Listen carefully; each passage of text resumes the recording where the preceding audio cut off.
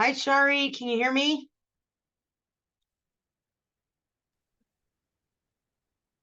Can you hear me? I hear you. Yay. Hi. What's up? How are you? I'm depressed. Oh, no, you're No fishing today. This is the first Wednesday with no fishing. Time change. Oh man, why are you not out on the water? Because it's an hour and 10 minutes at best from my house. And if I leave at 4 after work, I get there at 5, 5:15. And at 5:27, the sun is down. So I don't think Yes, 15 minutes with fine. the drive is worth it. Yeah. I can't even get my waders on Yeah, that fast, you know? It's no, it's just the nature of the beast. Oh, what a cute yeah, I pup. hear you. Oh, thanks. That's Duke. Say hi, Duke. That's Hi. Duke. Tasha, Um, come here. I don't know if you can see her or not. yeah. Tasha, come up here. Here. Ah, she's not a lap puppy. See, Oh, hi. Is she's a it big dog. Pasha? Tasha, yeah. Pasha? She's yeah. Hi, Pasha. She's concerned Hey, about her Duke. ball right now. So what's going What on is she tonight? per German Shepherd? Is she per German Shepherd? We don't know. We call her a mutt. She was brought Oh. into the University of Tennessee as a baby puppy, and my daughter was on surgery rotation, and she had to have open heart surgery, and Emma fell in love with her. But her dog, who is part German Shepherd and Terrier mix, hated her. So Grandma got the Oh dog. no. Yeah. Well, first of all, let me just start off by saying thank you for joining. This is the very first Wednesday Waiters meeting. And so I'm going to be getting more and more announcements out there. So hopefully in the coming weeks, we'll have a lot more people joining. But here's how these are going to kind of go. So first, we're going to introduce ourselves. And then after that, I'm going to go over the trick of the week. And this week we're going to be talking about line mending. And so we're going to go over that. And then we're going to talk about a few basic, deep dive into some basics about the essential gear and setups for beginners, which I know you're a beginner, but you've got so much experience now that I wouldn't classify you any longer as a beginner. Yes, I am. And then after that, we're going to do an open Q&A for you to ask any questions and dive into any topic that you guys might want to do. And then we'll wrap up and I'll tell you what the next week's trick is going to be that we're going to go over. Sound like a plan? Perfect. Okay, well, awesome. It's So first, to introduce myself, I'm Heather, the founder of Tightline Queens. And it's a growing group that I absolutely love, especially our Facebook group where we're just a group of very supportive women where we can ask any question. No question is off limits. And there is no mansplaining and there is no degrading and making nasty comments to each other, which I found I started Tightline Queens. One of the reasons is because I found in a lot of the fly fishing groups out on Facebook, when people, especially women, if they would post something, there would be so many negative comments. And so I founded Tightline Queens in order to not allow that to happen in this group specifically designed for women. And my goal is to get 10,000 women out on the river, out on the water, wherever they may be. Because I have found in all of my fly fishing experience that women are much more supportive of women out on the river, like helping each other, telling each other some tips or tricks, or telling each other what kind of fly is hitting that day. And where I often find and have found that men on the river kind of disrespect women in one way or another, whether it's invading on our spots or just treating us like we may have no idea what we're doing, either out on the river or even going into fly shops. I have found that. And so I created this group in order for us to have a safe space to ask questions and to support each other and to not have any of that happen. We do have men in the group, which is awesome because they have some great tips and tricks as well. And so they're absolutely welcome. It's not just for women. And I have found too that men also get mansplained to in men groups or in fly fishing groups. And so they find this a safer environment as well. So that's my background. I have this passion for fly fishing. It's the only place in the universe that I have found where I'm completely free of all these mental, the gibberish that goes on in my head, or disconnected from the real world with no connection to cell phones and everything else. And I just absolutely love it. So that's enough about me. Shari, can you please introduce yourself and tell us some about you? Well, I'm Sherry Duncan, and I work full time as an art teacher, and I fish on the side when I can, which is every living minute that I can awake to get there to the water. I counted up the other day. I had like 23 trips on the water since August the 13th, and I've caught my 100th trout.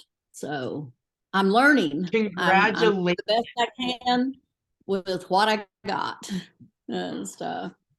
And So, what got you into fly fishing? Why did you decide that you wanted to learn this sport? well, I went out on the water on a float trip this last summer on the Green River in Flaming Gorge, Utah, and pardon me, just standing up in the front of that boat and casting the line, not knowing what I was doing, was just miraculous. And then the scenery was just fabulous. And I'm a person who likes to be on the water anyway. And I caught a fish that whole 4 hours. Probably missed 25 or 30, but you know how that goes. And then I immediately, when I came back, I was headed up to Wyoming, and I booked another fly fishing trip up there on the Snake River. And those two trips just sealed my fate. Yeah. Awesome. So Awesome. Well, we're so excited that you go ahead. Came back home to South Carolina, opened what I call the phone book, and found me a fishing guide, and have been fishing with him ever since, and a few other people when I go out of area. So it's been interesting. Gotcha. Yeah. Yeah, what I love the most about you is your dedication to learning this sport. I mean, I've never met someone as dedicated as you are. So, and I'm so excited to I think it's have called you. obsession. Yeah. It's awesome having you. I got 4 new books. One on tying knots, and 3 from a lefty. Is it Kerch or something like that? Kirsch. Do you know Lefty Kirsch? Kirsch. Yep. Let's see. Yeah. So got his books. This one's on solving casting problems. Another one's on placing the fly, or the putting the fly on the water. I forget what it's called. It's upstairs. And one on tying knots, and one on just how to cast some different cast, I guess it is. So all off of Amazon books. Yeah. That's fantastic. And I think you got my book too, didn't you? I haven't received it yet, but I was having a hard time with getting it to go through. Yeah. I wanted to have it. I'm pretty sure. I'm almost certain. I'm pretty sure it was but I never, yeah. I couldn't make it. I played with it for about an hour a night, and I just gave up. I forgot after that. I will I'll double check. I'm pretty sure that you ordered it and it should be on its way. So I will double check that. But that's fantastic. There's so many resources out there, whether it's YouTube videos or books. There's so many um, resources out there for us to figure this sport out. But that's another reason why I created Tightline Queens as well, because there's just such a wealth of information that I created a course very specifically to teach someone from the very beginning to becoming, an experienced angler, because there's just so much information. And so my course consolidates all of that information into one course so that you can start from not having a clue about fly fishing to feeling like you can go out on the water, tie your knots, pick the right flies, make the right cast, and catch some fish. So, Yeah. and I know, and thank you for being the very first person to join my course as well. So you're fantastic. I'm so excited that you're on my very first inaugural Wednesday Waiter call. So you're perfect I for this. needed So some thank you. fishing tonight. I had to have some. So, Tag, you're it. All right then. Um, so let's Oh, get into the trick of the week. And so this week we're going to talk about mending the line. And so, in regards to mending the line and why that is so important, is that we want our fly to float naturally on the river, right? So, oftentimes when we cast, depending on the water, and I typically fish rivers, so that's what we're going to talk about is rivers, because obviously lake fishing is fly fishing is much different. You're not going to have to mend, and then ocean saltwater fishing is a whole different ballgame. So I'm mostly referring to river fishing. And so with the river, it's going to have different currents, and different speeds of those currents. Okay. And so we're going to unravel the magic behind mending the line. And it's a very simple trick, but it has profound effects on your fly fishing success, right? So mending is all about control, where it's a technique used after you cast that allows you to extend your fly drift and keep it looking as natural as possible. And so a well-timed mend can combat those, pesky currents that will tug on your line and create drag, which can then spook the fish, because then your fly isn't floating naturally, and fish are actually very smart. And they see, oh, that's not a natural drift, and so they won't go after your fly. Okay, and so in order to mend like a pro, what you do is after you cast your line and it settles on the water, you very simply lift your rod tip and then quickly flip it or roll it a section of the line upstream or downstream, depending on the current and which way it's dragging your line. You just gently flick your wrist to make your line move upstream or downstream. And so what you're going to do is you want to watch the water. So you see how that the current is flowing, whether it's, up or downstream, first of all, obviously, and then how quickly it's flowing or slowly it's flowing. Obviously, if it's flowing more slowly, we're not going to need to mend that much. But if you're in a fast flowing river, you're going to need to mend, mend, mend, mend, constantly mending to keep your fly floating naturally in that current. Okay, so after you cast and your line lands, then you anticipate how the current is going to pull it. Okay, and so if it's upstream, you're going to lift the rod tip up and then roll some line upstream for slower water. And then if it's downstream, you're going to flick the line downstream, if you're dealing with faster water. And the thing is timing is crucial here. So if you mend too late, the drag is already there. If you mend too early, you might spook the fish and disrupt the fly's initial presentation, right? And so what I'm going to do, I have a video of me mending. Just when I got to put my cat down, of me mending. And for some reason, it was not uploading right now. So I found a couple of different videos, just short, quick videos to show you the simple way that we mend the line. So I'm going to share my screen here. So let me know. share. And then let me go to the right page.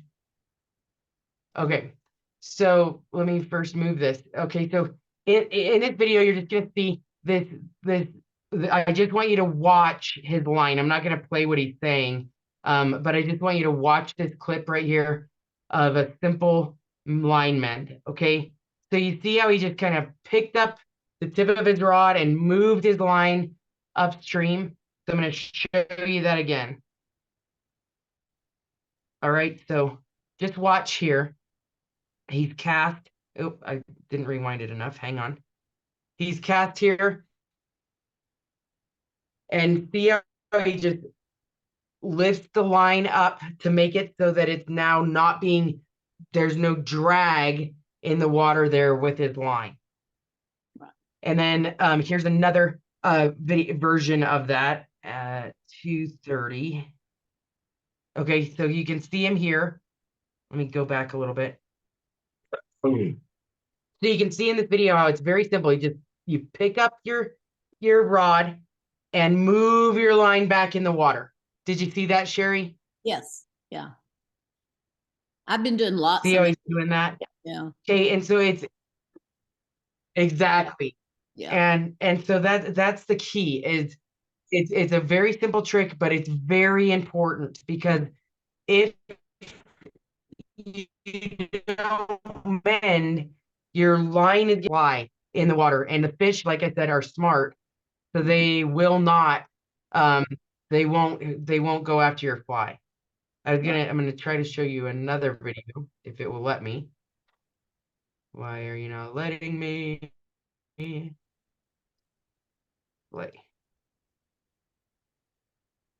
Mending. Okay, maybe it's not gonna let me play it. I don't know why. Here we go. Okay, so Yeah. so here's another really good video or a very good image of him mending the line here. So right here, we're gonna play. Okay, so he's talking for a minute, and then watch now when he casts, and then you pick it up and flip it over. See how he's just flipping, flipping, flipping. That is how you mend your line right there. I'm going to show it one more time. Okay. 13. We get to do a lot of that in Shot, these little shallow waters we have. Okay, so that's great. So you know all about the importance of this. So you cast, lift your line up, lift your line up, and then lift your line up one more time. See, so it's very simple. We're just trying to keep our fly moving in its natural drift. Right. Yeah. All right. So does that make sense? And thankfully with you, as I said, you are not a newbie beginner anymore. I know that, for me, when I was first starting out, I was so worried about casting and figuring out how to cast and get the fly out there that I'd get the fly out there and then it would just drag in the water because I didn't know that you can just flick your wrist to mend your line, which makes it much more natural. Right. So but it's super, super important. Okay, so do you, I know again you're already an experienced angler, but do you have anything else you want to add about how important mending is? Well, I find that not being an expert at it yet, I tend to once in a while over mend and pull the fly out of the fish's mouth in the middle of him trying to eat it. So that's one thing I really have to worry about is not flipping it too hard and that sort of thing. But I've been fairly good, and people have told me that I'm good at mastering the drift, that I've gotten that down where I'm keeping my fly in that current at the right speed. So that makes me feel good when they say that. They say that's a really hard thing to learn. And I don't know, it just came natural to me. So, and you got to find that place to put it. So sometimes it's upstream. Yeah, it is hard to go because it's too slow, and sometimes it's downstream I have to go because it's too slow, and sometimes it's upstream because it's too fast. So right. I have to Exactly. still go, this is And it downstream is and this is upstream. I can't get these things right sometimes.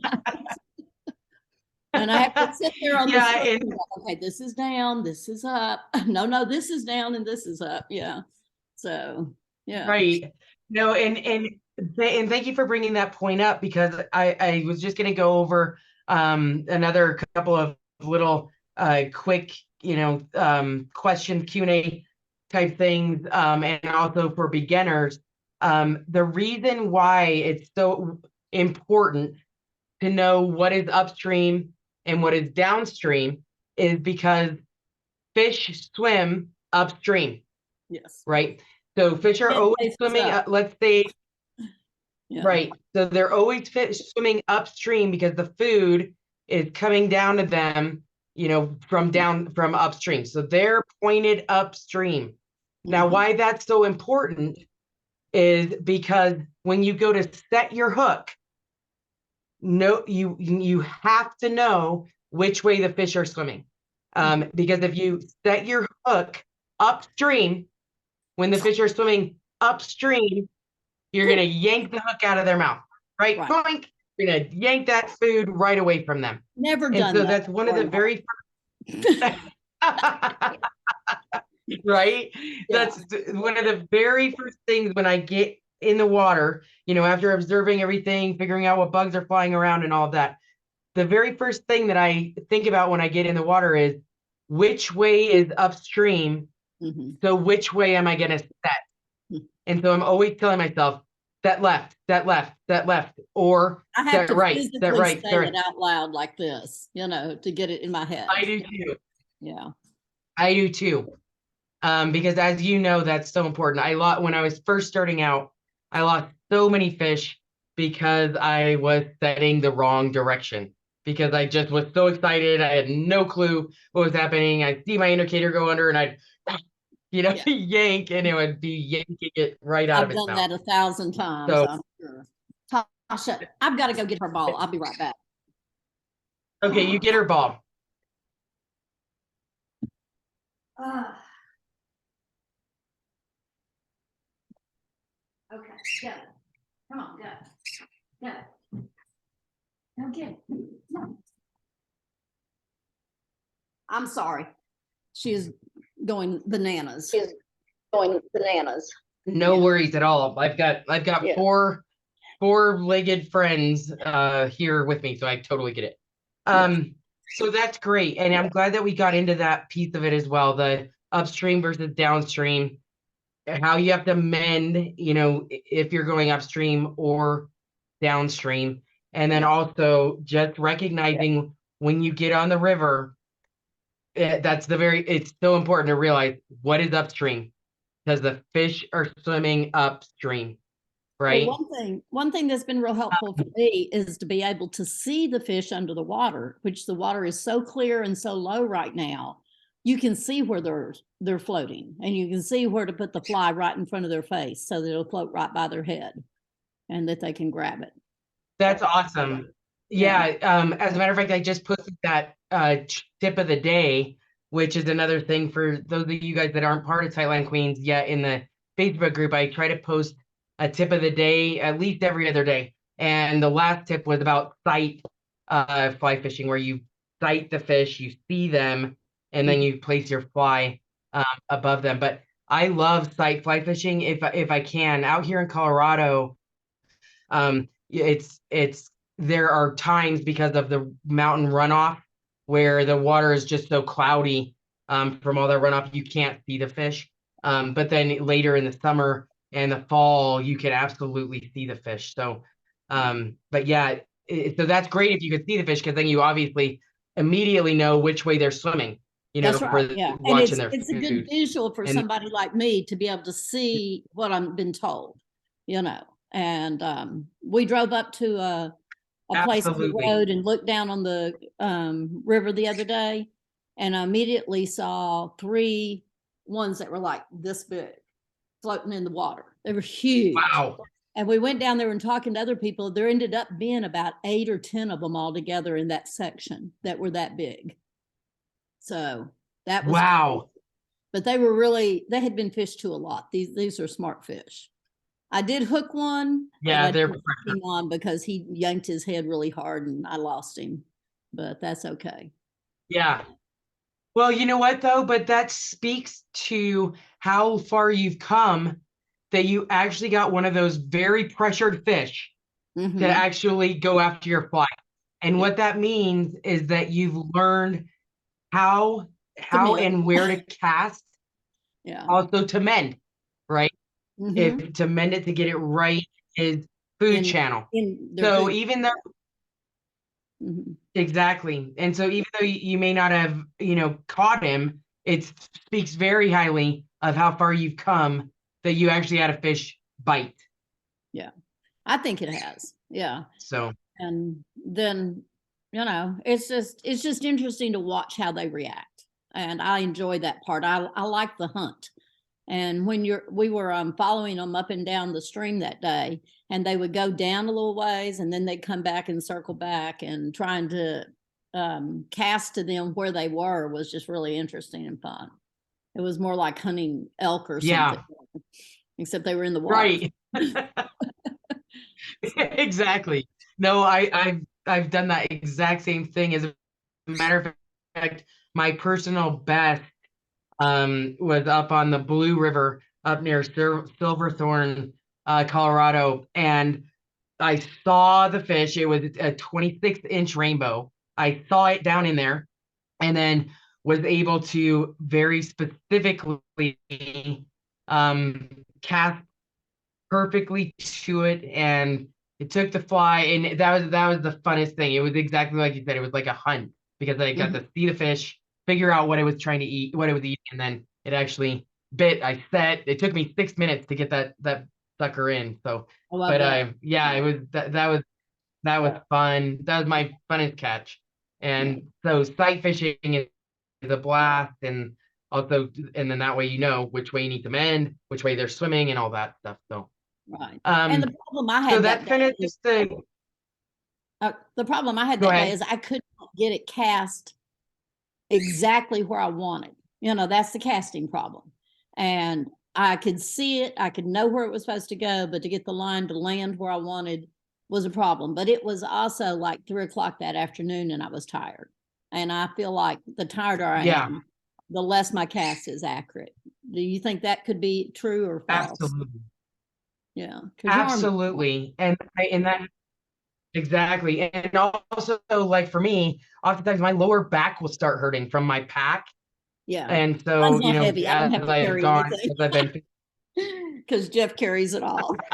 His back was hurting. Lucky you. Yeah. Once you start carrying your own pack, after 6 hours of fishing, you'll notice your back starts hurting, and so Mine's that about that this will big. affect. I got to get one that can hold it. I carry a water Yeah. bottle and a granola bar. Yeah, Lucky you. yeah, Lucky you. But that's yeah, sad. when for me, I do notice that, later in the day after I've been fishing for 6 or 8 hours, that my back starts hurting, my arm is Mhm. getting tight. And so it does make it more difficult to cast Yeah, correct exactly where you want to go, right. even though you know exactly what you need to do. So Yes. um And I think that is too so from an that experience too, not having enough experience. And that was I was having a lot of problems with different people telling me how to cast, and every one of them had a different way to do it. And I had to stop listening to everybody. I just had to cut it out you know and go back to what. I found that Yeah. absolutely go back to the basics, right? Mhm. Yeah. um I found that too, that everybody has their own little tip or trick, to of advice in regards to casting. It's just like if you golf, I golf. Everyone has their little piece of advice for you to try to help you with your swing. And then, if you listen to every single one of them, this guy says one thing and this gal says another thing, and they're opposing of each other, and it gets confusing. Yes. So uh, So, but yeah, I like to mend that's another favorite tip things that to we're do. uh, Yeah. talk about. Go ahead. What I did you said say? I like to mend and I like doing that. And that's one of my favorite things to do when I'm out there is as soon as it lands on the water to mend it to the right place. And I was even reading about a type of cast where you mend in the air before it lands. And so I've been working on that too, where you kind of make an S hook and land it. So it'll be already mended. Absolutely. Yeah. Yep.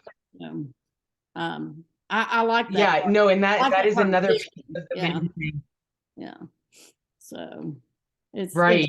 Yeah, no, and that's another technique to use, especially the more experience that you get of mending the line in the air before it lands on the river. That's huge. It makes it much less effort that you have to do if you can just put that little loop in the line right before it lands. And so that's great that you bring that up. That's a more advanced technique. And I'm so glad that you're already there learning that. That's fantastic. Another thing we do here too, instead of mending, we high stick it because the creeks are so shallow. I mean, it may be 3 foot across is all it is. And you just hold your arm out and just high stick it and follow it along the drift. Right. And that works too for our conditions with low water and all that. Yeah. We haven't had rain since. No, and that's a great point as well. Yeah. No, that's a great point that you bring up. Because high sticking, the point of that is you're keeping your line completely off the water. So there is no drag created on your line because it's not down in the water. So there's no drag on that. You're just high sticking, keeping your line off the water and following your fly in a natural drift up in the air, basically. So that's why there is no mending. And there's a lot of that you can do out here in Colorado as well, on the smaller streams. And honestly, I try to high stick, even if I am having to mend, I try to keep my line off the water as much as possible. Just for it's for a couple of reasons. First of all, the drag. If it's off the water, there's not a lot of drag. And secondly, I also think that it can spook the fish, if they can see your line in the water. And so by high sticking or keeping it as much of your line off the water, it reduces that drag and doesn't allow the fish to see it coming down the water with your fly. Right. I agree. Not that I'm an expert, I think you're right. All right. No, you just, like I said, you've impressed me so much, and I'm just so grateful that you are in our group. I absolutely love your posts. I love watching your progression. And so, and I really appreciate your additional, information about mending and what you do and why you do the things that you do. So, that's kind of how these calls are going to go. It's just going to be a short tip for you to focus on for this week. And then next week we're going to go over setting the hook, and how to do that and why that's so important. And so I have a few tips and tricks about that as well. But with that being said, Sherry, since there's only just the two of us tonight, what other questions can I answer for you while we're on our very first inaugural Wednesday waiter call? Well, you can answer this one for me, but it's on next week's agenda. So, okay, the line is going down the drift, and you get further downstream than you need to be, and you have a fish take that bait, but you can't set downstream this way. You can't set the opposite way because it's so far down there. So I think it was Taylor or somebody said something about side setting, or I don't know what she called it. Do you know what I'm talking about? Yeah, I think I do. And so it's when it's out of position. One thing, yeah, right. Yeah. And oftentimes the very first thing I would say is always try to remember to not let your line drift so far down that you have no chance to set the hook if the fish is there, right? So make sure that you're always trying to pick up and recast before it gets that far down. Now, Yeah. Oftentimes, I would say for me, about 80% of the fish that I catch is right at that point, right when my line has gotten down to where I'm going to have to recast. Right there at the end of that drift, when I go to recast, a fish is on my line, or a fish comes to my line right then. And so what I do is what's so important is every single drift, at the end of that drift, right before I'm going to cast, I recast, I always set the hook. So at the end of my drift, set the hook, cast. And it's for two reasons. One, there's very often there's a fish on right there about to, or that takes my fly right then. So set the hook, because remember, sets are free. I always say that to myself. Sets are free. Sets are free. It's not costing anything to set the hook. And also that motion, by setting that right then at the end of that drift, it positions me to recast correctly. So because it gets my line, the swing and the weight and my rod reset to recast. Does that make sense? Yes, so it does. Always at the end, set your hook. Set your hook. And because you've said that so many times about sets are free, I have been setting a whole lot more than I ever had. And even when I think, well, maybe it wasn't, I'm going ahead and setting the hook. And good. When I was out there last Wednesday on the river, the last Wednesday I was there, I didn't get anybody in, but I did set the hook on 5 of them, and got them to the shore a little bit, got them closer to me. But that holding it tight and scooping up with the net is just not my skill yet. I've done it like maybe twice. So that's a benefit of having a guide, but it's also a detriment. I keep telling him, let me have the net. And he says, what am I here for? I said, because you're going to let me have the net.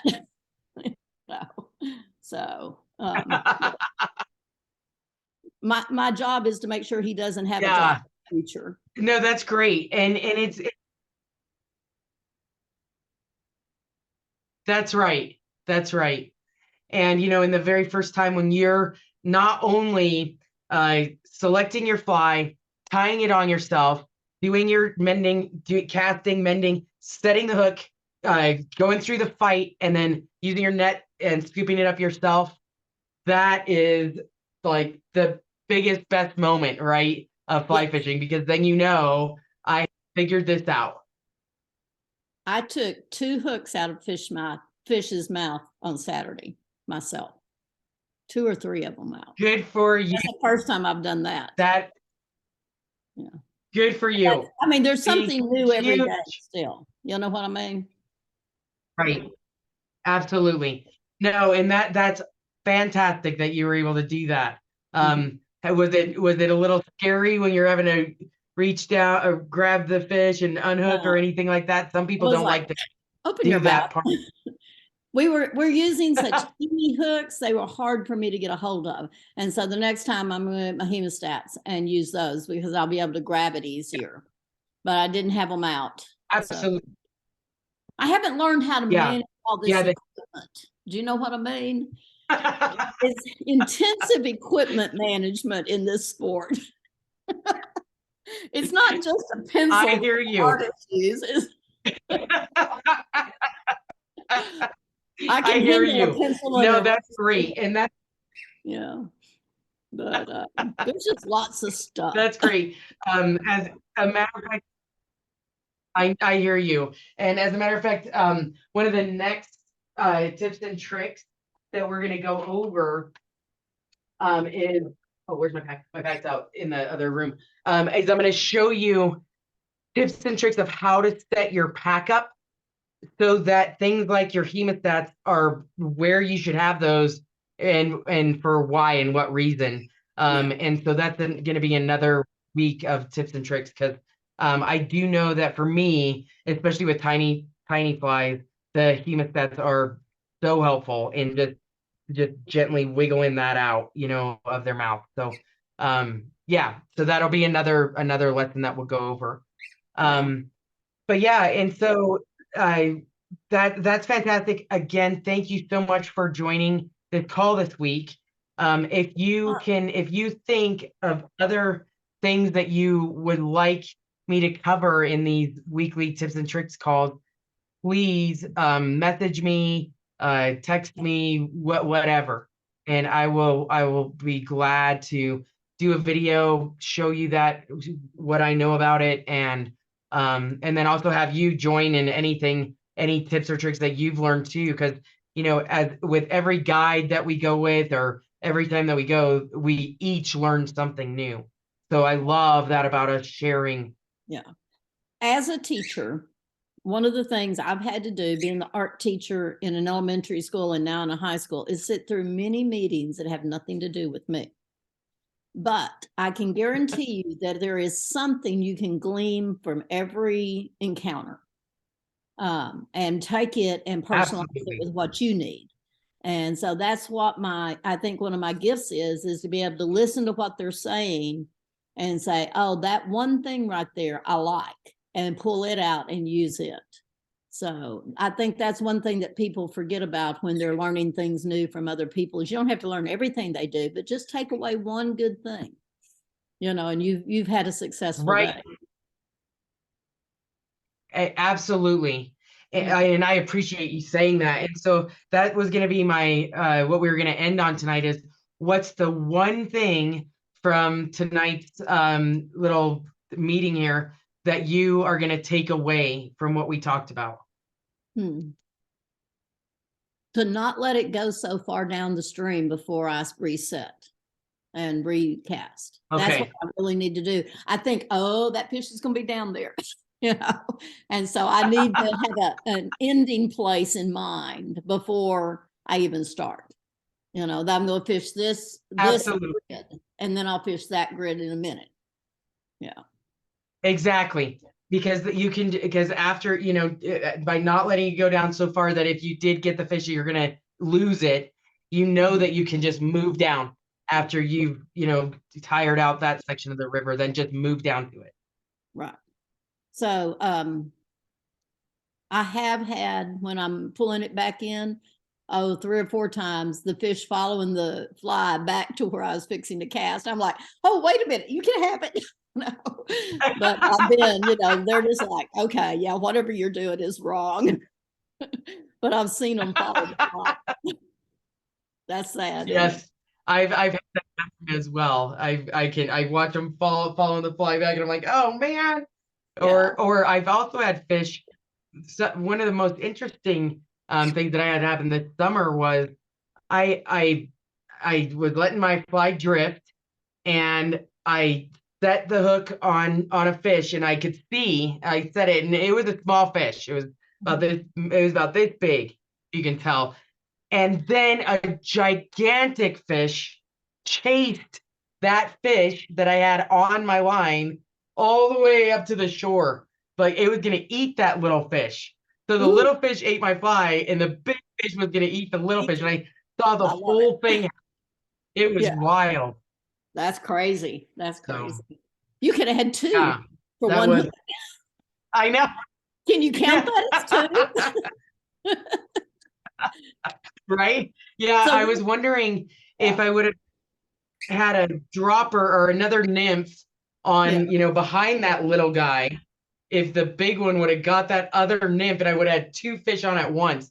I'm sure that's happened to people before. I just don't know of anyone, because that would be wild. That would be wild. So, well, Wednesday night last week when I was fishing, or the Tuesday night last week, the time I only caught the 1 fish, I was trying to cast, and I thought, why is this not casting? Why is this not casting? And there was a fish about this big on the line, and I was trying to throw it into the air. That's pretty sad when you don't even know you got a fish. But he was just a little fish. Yeah, a little teeny tiny little bait fish. Yeah, well, if I would have recast that little fish that I had on, if that big one seriously was trying to eat it, it was crazy. That'd be fun. So That would be so fun. yeah, Well, see, like right now, I know. it's what, 6:45? I would still be on the river last week at this time. It would be light, and it's I pitch know. black outside right now.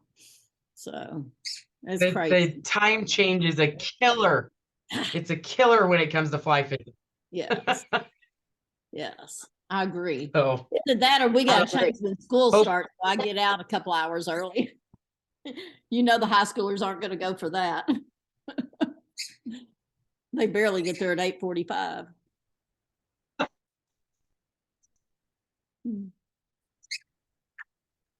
Are you there? right. I think you froze. Yeah, no, I hear you. Yeah. Yeah, maybe have a start at 10 in the morning. So that, oh, sorry, can you hear me now? Yeah. Can you hear me now? Yes. Okay, I don't know what happened. I think my cat interrupted. All right, so that's what we're gonna, that's how these calls are gonna go. And you know, as it gets out there and more people join the calls, I'll be excited to bring your knowledge as well to these. And I really appreciate your time tonight. And like I said, next week we're gonna be going over setting the hook. Okay. Sets are free. That'd be great. Okay. Give me something to do on Wednesday nights now, right? All righty. Okay. Well, good night. Exactly. And then Enjoy yeah, Colorado tonight. especially with the you as well, especially with the what's that? I couldn't hear you. I'm sorry. What did you? I said enjoy Colorado tonight. Oh, I just said. Okay, thank you, and enjoy our Wednesday nights. Now that it's getting dark, we'll spend them together. Okay. Sounds great. All right, Good Shari. We'll talk to you soon. Thank you for your time. Bye.